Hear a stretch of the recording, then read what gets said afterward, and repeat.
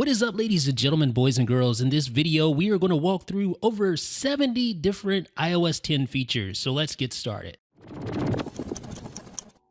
Every new iOS iteration, you get a new wallpaper, and this one is no different. iOS 10 features this wallpaper right here, which is available on the iPad as well.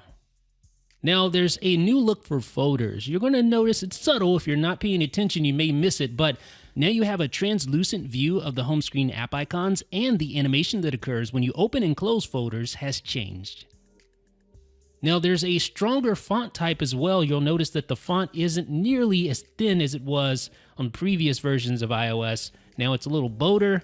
And personally, I felt that the font was too thin on previous versions of iOS, so this is a welcome change in my opinion. The next feature is Raise to Wake. A lot of people complained that Touch ID 2 on the iPhone 6s and 6s Plus was way too fast. When they touched or when they pressed their home button, it would automatically dismiss all their notifications. They wouldn't be able to see what was going on. Now you don't have to worry about that because you just pick up your phone now and it automatically wakes up and you can see your notifications right on the lock screen without having to press the home button at all. So pretty nice. You can also remove stock applications. That's right, you can remove stock applications like iTunes Store, the Mail app, Reminders, Notes, the list goes on and on. Now, not all apps are eligible to be removed, but for instance, the Mail app can be removed, and when you remove it, beware, because once you do, you're not going to be able to tap Mail to links to send email, for instance. Let me show you what I mean right here. So, there are some downsides to removing some stock applications. Like, for instance, if I tap that Mail to link, it's going to tell me, hey, you need the Mail app. Yeah, you can't use third-party apps in place of the stock apps. Doesn't work that way, at least not yet. So just head over to the App Store and then tap the Cloud button and re-enable the app that you removed. And you're ready to go. Pretty simple. So let's just swipe over, find the Mail app, and then we can just move it right back over to its proper location in the dock. So in other words, when you remove a stock app, there's no need to worry. You can always get it back by going back to the App Store. I'm going to remove the Tips app because I know I won't need that. And now it's gone. Now here's something that may be a little controversial. The App Store now features ads. Yes, advertisements in the App Store. When you perform a search, at the very top, you may see an advertisement like this. But the good news is that the advertisements are displayed just like normal App Store listings. So you're not going to get anything funky looking in there or any weird, crazy advertisements. They just look like normal App Store listings. So you won't have to worry about overly intrusive ads. In iOS 10, there is a smaller Back to App button in the status bar. Previously, the Back to App button displayed the full application name, which cramped up the status bar, caused certain things within the status bar to be hidden. This fixes that problem. Now you just tap the little arrow in the upper left-hand corner, and you can go back to App. In iOS 10, Siri gets a more prominent settings panel. Previously, it was buried down underneath the general section of the settings app. Now, when you open up settings, Siri has its very own panel, complete with its own special Siri graphic, but all the settings inside are pretty much the same as they have been. If you're running macOS Sierra, you will now find a desktop folder within iCloud Drive, which contains synced desktop content from your Mac.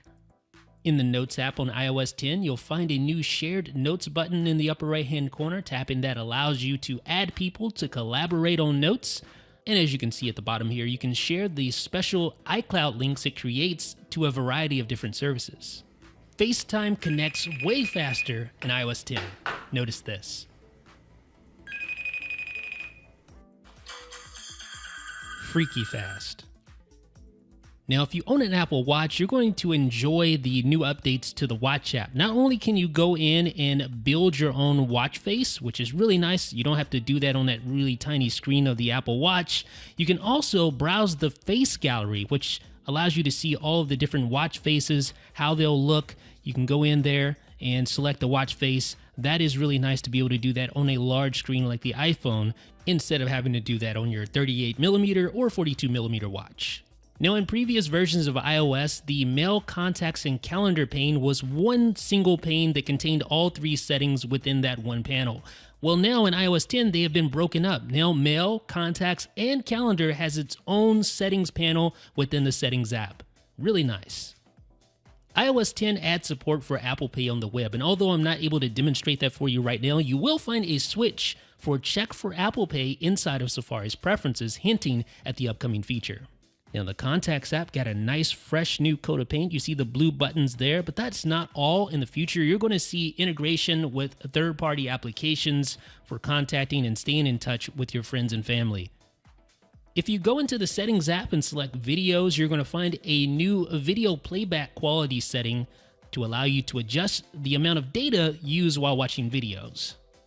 Now, Control Center got a pretty big update in iOS 10. Obviously, what sticks out is the splash of color that you have on things like the rotation lock buttons and the Bluetooth and the Wi-Fi buttons. But that's not all. Now, AirPlay mirroring is called AirPlay Screen, and it has its own dedicated button. You just tap there, and you can quickly mirror your screen to an Apple TV. But that's not all. If you swipe over, you get your own dedicated music controls, and AirPlay audio and video are now separate and feature their own little nook here. You can access that by tapping the disclosure triangle. There's also 3D touch shortcuts available for Quick Launch apps. So if you 3D touch here on the flashlight, you can change the intensity of the flashlight. You can change it to low, medium, or high intensity right there on the fly. Works really well. And you can also 3D touch on the timer to set a specific timer interval. You can 3D touch on the calculator to copy the last result, and you can 3D touch on the camera to take a photo, record slow-mo, record a video, or take a selfie. Now, if you're on your home screen and you swipe down from the top of the status bar, you're going to invoke Notification Center. And in iOS 10, it's standalone. There is no Today view. There are no widgets when you're on your home screen and you invoke Notification Center. You can't swipe to the left or to the right to access the Today view, for instance. But if you're not on your home screen, say you're within an app, and you swipe down from the top of the status bar to invoke Notification Center, you will be able to swipe over from the left side of the screen. You see the little dots there indicating you can swipe over. So you will be able to swipe over and access all of your widgets just like that. This is only when you're within an app. It doesn't work that way when you're at the home screen. The reason why that is because when you're on the home screen, you simply swipe from the left side of the screen to view all of your widgets, just like that. So that's why that is. So basically, they're separate when you're on the home screen, and when you're in an app, they are sort of combined. It's kind of weird, takes some getting used to. You can still swipe down while in the Today view or the widget view to access your notifications. It takes some getting used to, trust me, but I'm sure we'll get used to it. And speaking of widgets, now when you 3D touch on certain applications, you see a widget that you can add to your Today view or the widgets view or whatever they're calling it these days. You can also add new widgets just by opening up your widgets view and then scrolling to the bottom and selecting edit. You'll see a whole bunch of new widgets in here like up next and map destinations, all sorts of new things that you'll find in here that wasn't in the older versions of iOS. So exciting stuff here if you're a fan of widgets. See the Siri app suggestions, the music widget, kind of cool. Now, Spotlight Search is still here in a major way. You can access it from your widgets view. Not only that, but you can access it by swiping down on the home screen, just like that. And you can still access it from Notification Center. Also, did you notice Spotlight Search History? Notice here, you're going to see some history items right there. With iOS 10, you get enhanced interactive notifications. So it's not just one single reply from a message, for instance, but it's more like the Apple Watch where you can continue to hold a conversation within a quick reply easily. That is so much better than the previous way where it would just disappear after you send one reply and then you would have to actually go into the message app. If you're a big fan of quick reply, you're going to love the new enhanced interactive notifications on iOS 10.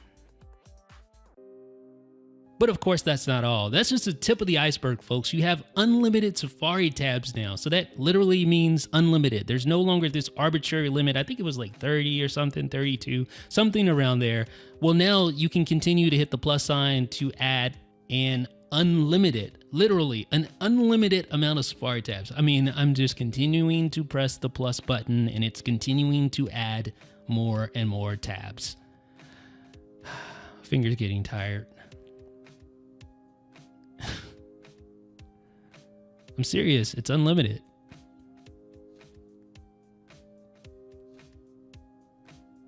Yeah, it's unlimited. So you can just continue to scroll over like that. I don't know who would do this, who in their right mind would have this many tabs open, but fact of the matter is you can have unlimited tabs in Safari in iOS 10. Let's open up the tab view here and let's see what we have. Crazy. That's nuts. Now, you also have Safari Split View, which is really cool, something that we've been wanting. So if you tap and hold on a link, you can tap Open in Split View and view two Safari windows side by side. And the nice thing about this is that you have two separate address bars and two separate tab bars. So these are literally two different instances of Safari that you can independently control. Now, iMessage has a new media attachment interface, and it's extremely robust. You're going to love this. So when I tap the little camera button here, not only do I see a live view of my camera, and I can just tap there to take a photo, and it will automatically show up right there in my message compose window. And then, of course, I can tap that to disable live photos or tap the X to get rid of it. So that's really nice. But you also have all of your pictures here as well. So if I just tap a picture, I can add a picture to the compose window. I can also swipe over, access my full camera, access my full photo library if I want to do that. But I'm going to add some more pictures here. So you just literally tap like that, and it adds pictures. And you can also mix and match live pictures or pictures that you just took with your photos that are already existing in your photo library. And they just simply appear in your compose window. And then just tap the send button, and it sends those pictures just like that. Now you can also mark up images directly in iMessage. So I'm going to take a new picture and I'm going to mark that picture up right here on the fly. So just take the photo, it's going to appear in my compose window. Then I just tap on the photo, and then I can tap edit to edit the photo, or if I want to, I can mark it up by tapping the markup button like this, and there are my markup tools. So I can draw on it, I can use my magnifier if I want to. I'm just going to draw, and you can see you can smooth it out. So all the markup tools that you're familiar with in the Apple ecosystem, you can do. All right, so I'm going to put some text in here. Maybe I'll just tell them to fix this. All right, I think we're done. Just tap save and then tap done. All right, so if I'm satisfied with the image, I can just tap done, and it appears in my compose window with all the markup there. Just tap send, and it sends it. Now here's one of my favorite new updates. Inline YouTube playback. Just paste in the URL, send it. It automatically expands the link. Tap play, starts playing inline right in the message. You don't have to leave and open up the YouTube app or any of that. You can if you tap the little text at the bottom, but you don't have to. You can watch the full video within the iMessage thread, just like that. But it's not just videos. It also works with web links. Paste in a web link like that. Tap send. And it expands the web link, gives you an image, which can make it much easier to discern what the link contains. Now, iMessage doesn't stop there. You now have digital touch in iMessage. Yes, the Apple Watch inspired functionality is now in iMessage. So just tap the little digital touch button there. And I'm going to show you some really cool stuff here. So let's tap that. So here's the digital touch interface. You have all your colors. You can switch to the colors if you want to. You can, of course, draw right here on the black screen, similar to the Apple Watch. Tap high or draw high, and it automatically just shoots up to the recipient just like that. Now, you can change colors just by tapping the little color. You can draw. And you see on the right side, you get some tips on things you can do. So if you tap and hold, you can send like a little fireball, or I don't know what that's supposed to be, but something. And if you single tap, you just send the little circles, very similar to the Apple Watch, of course. And the recipient receives them. Now there's some other gestures. If you two-finger tap, you send a little kiss, which can be cool for that very special someone. And if you two-finger tap and then swipe down, you can send a heart that is breaking. So if you're having a fallout with someone, I guess you can send that to them. So digital touch really does spice up iMessage significantly. But it doesn't end there. This is just really the tip of the iceberg, because you can actually combine digital touch with photos and videos. Let me show you how right now. So what we're going to do is we're going to tap the little disclosure triangle in the bottom right-hand corner there. And now you see the full screen view for digital touch. Of course, you can draw etc. And this is for if you want to draw more detailed stuff, because it's not going to automatically disappear and send. You can actually change colors and really compose something nice. But if you tap the little video button in the bottom left hand corner, you can actually draw right there on the screen. And you can take a video or photo, and those drawings are going to appear alongside that video or photo. So once you're done, you can just hit the send button, and that digital touch enabled photo or video is going to send to your friend. That is pretty awesome. Very Snapchat-esque. All right, so they're going to see exactly what you drew on the photo or video that you took. That's pretty awesome, isn't it? Now, there's also iMessage bubble effect. So when you send a message, instead of just tapping the send button, tap and hold, and then you can swipe up and choose 4 different bubble effects. You can choose send with slam. You can choose loud, quiet, invisible ink. So it's send with the slam there. Let's try another. I'm going to do it gentle. I said quiet. It's actually called gentle. Okay. And let's try one more. Let's try loud. Bam. So there's loud. Now let's try that invisible ink, but instead I'm going to use a photo. So you can actually combine these message bubbles with media. So tap and hold, select invisible ink, tap send. So now when the recipient gets it, they need to swipe on the screen to reveal my photo. Element of surprise, right? You got to admit, that's really cool. But it doesn't end there. There are full screen effects as well. So let's talk about those. So I'm going to send a message. Congrats. All right. And then just tap and hold the send button.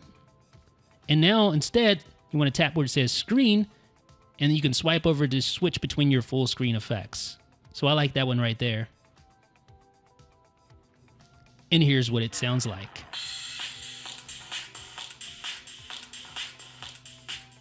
Now, if you don't want to send a full reply to someone, use iMessage Tapback. Simply double tap on a bubble and select the appropriate response. It works for media, as you can see there, and of course, it works for normal messages as well. Great for quick replies. Now, the App Store for iMessage brings stickers, GIFs, and other apps directly to iMessage. So with iOS 10, Apple has included a default sticker pack. They've also included a couple of apps. So you have the classic Mac stickers. You have an image app, which allows you to search for GIF images to send to your friends. And there's also Apple Music. So here is the classic Apple sticker pack. You can just send a sticker like that. And third parties will be able to create stickers. So you're going to get all the Facebook Messenger-like stickers. You can send links directly to Apple Music, which features inline playback within the iMessage thread, which is awesome. So if you have a friend or family member who subscribes to Apple Music, you can quickly send them Apple Music tracks and allow them to listen right within the message thread without leaving iMessage.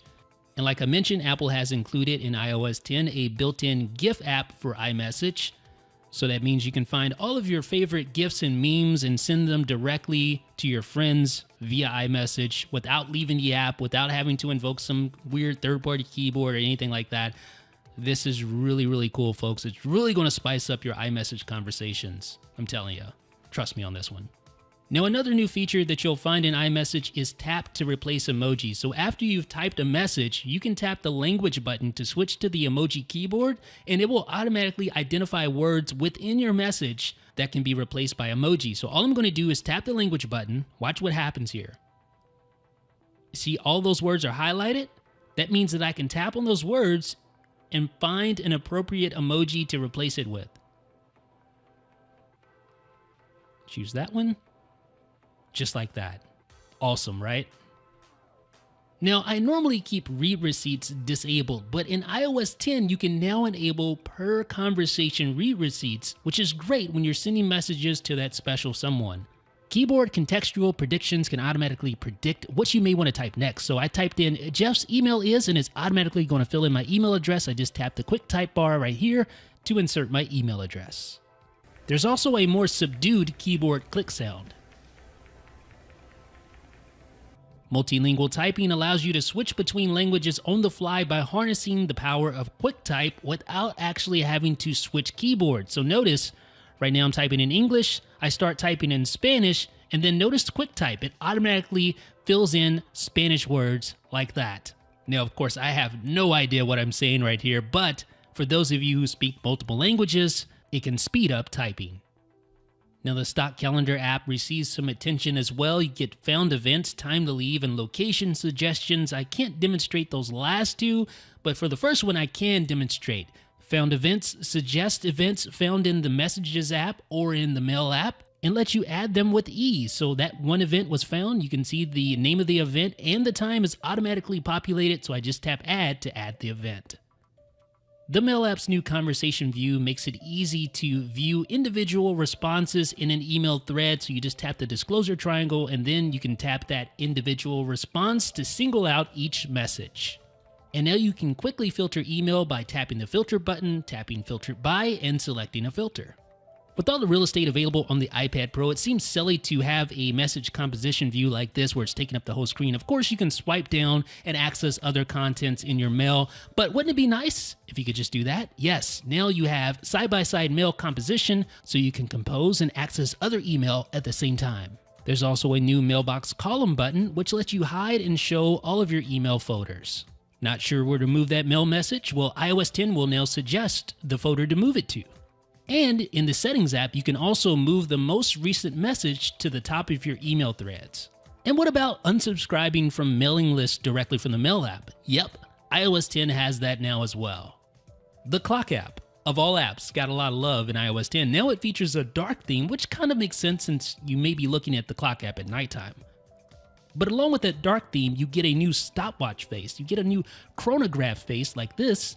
And I have to admit, it looks way better than the old digital face, which was extremely plain and just, basic. But for those of you who do like that, you can still swipe over and access that. No big deal, right? That said, I'll be sticking to this one. But the biggest new feature in iOS 10's Clock app is the new bedtime alarm, which is a brand new section. It actually can integrate with the Help app to analyze your sleep. It's not going to do a whole bunch of robust things, but it will let you select days of the week that you want to monitor your sleep. You can choose when to remind you to go to bed, the wake up sound, the volume of the alarm clock, and you can monitor your history. And like I said, it does integrate with the Health app, although it's not as robust as some of the dedicated sleep apps out there. Now, this was mentioned earlier, but remember in Control Center, you can now 3D touch on the timer to select a specific timer interval, just like that.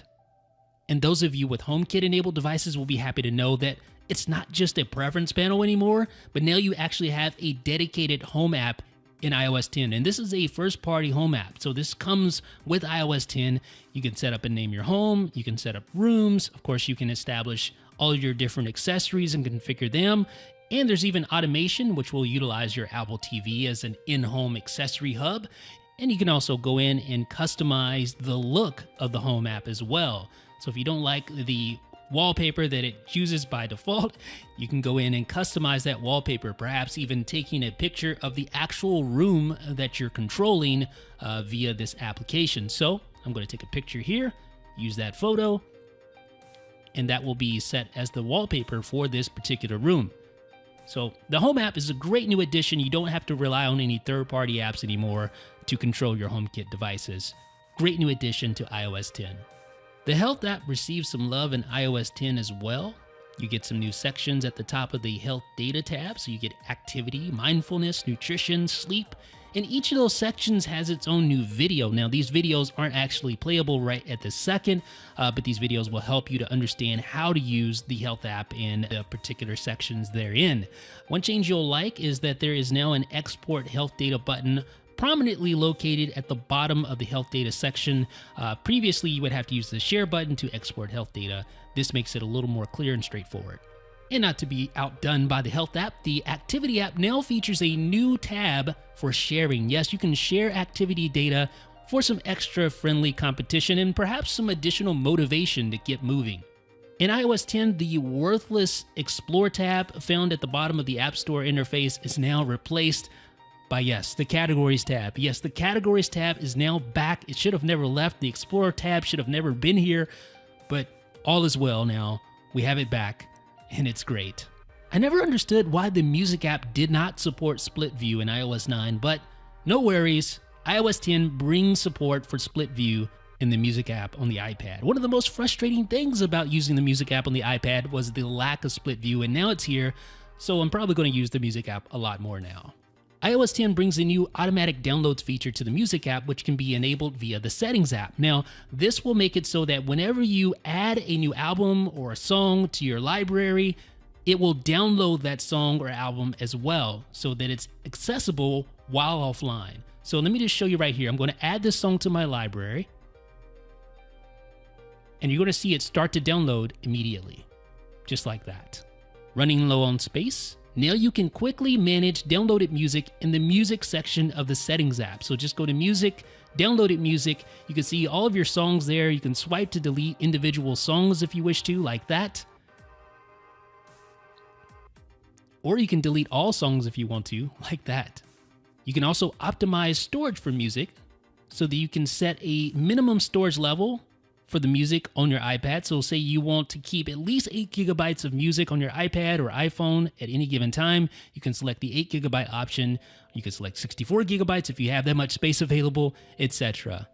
Now the Music app interface in itself has been completely, and I mean completely overhauled. The main tab, the library tab, gives you all your playlists, your artists, your albums, your songs, downloaded music, a lot less convoluted. You can go in, you can even edit what sections are displayed here. You have your downloaded music. So if I tap edit here, I can go in and enable or disable certain sections. I can rearrange them using the drag handles if I wish to do that.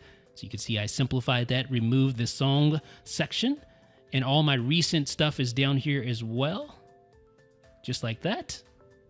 If I tap the For You tab, you're going to see all of my recently played stuff at the top.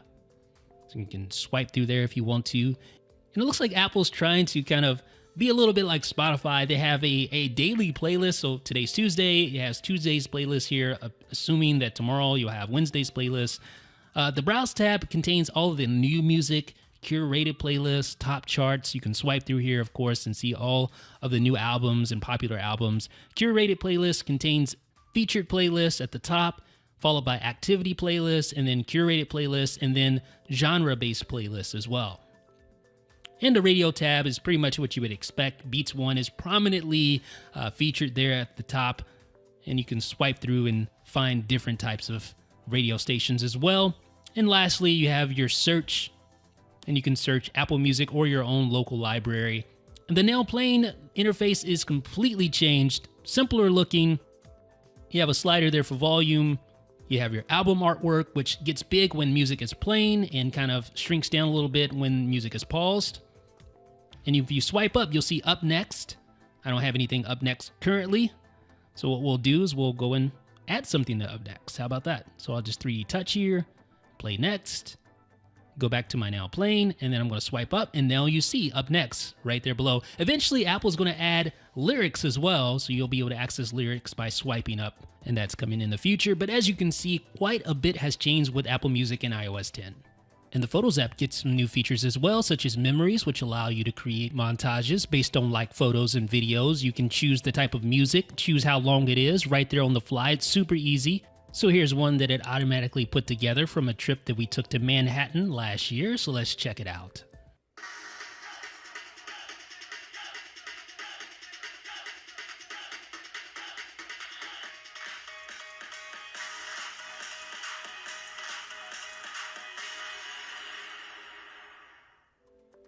The Photos app also gets much smarter search in iOS 10. The search enhancements include the ability to search on different objects and people and places. As you can see here, I just search for high-rise, and it can search and find all the high-rise buildings right there in my photo library. If I search for, I don't know, dog, it'll find all the dogs. If I search for action figures like here, it'll find all the action figures like my little duck here, and it's all done locally. What about being able to edit live photos? Well, yep, in iOS 10, you can now edit live photos. You can see right now, this photo is a live photo, and I just go in, and I'm going to edit something. How about the shadows? I'll adjust the shadows, and you can see I'm editing that. Tap done, It's saving it, retaining its live photo status. So now I can enjoy my live photos in a whole new way. You can also use live filters for live photos. So I can enable a filter right here and take a live photo. You can see live photo is enabled. And I can go in and I can view that live photo with the filter applied. I can even go in and edit that live photo, change up the filter if I want to, right there on the fly, and retain the live photo status. So just tap filters, and now I'm changing up the filter, and still retain its live photo status. Awesome. Earlier, I showed you how to mark up images in iMessage, so it's probably no surprise that you can mark up images within the Photos app. All you need to do is go in and edit, and then tap the extensions button. You will need to turn off live photos to enable markup though, so keep that in mind. But now I can draw on my photo, I can magnify areas of my photo, I can add text to my photos, just like that. iOS 10 brings improved auto enhancement and a new brilliance adjustment slider when editing photos. So just go to Light, tap Brilliance, and now I can change the brilliance.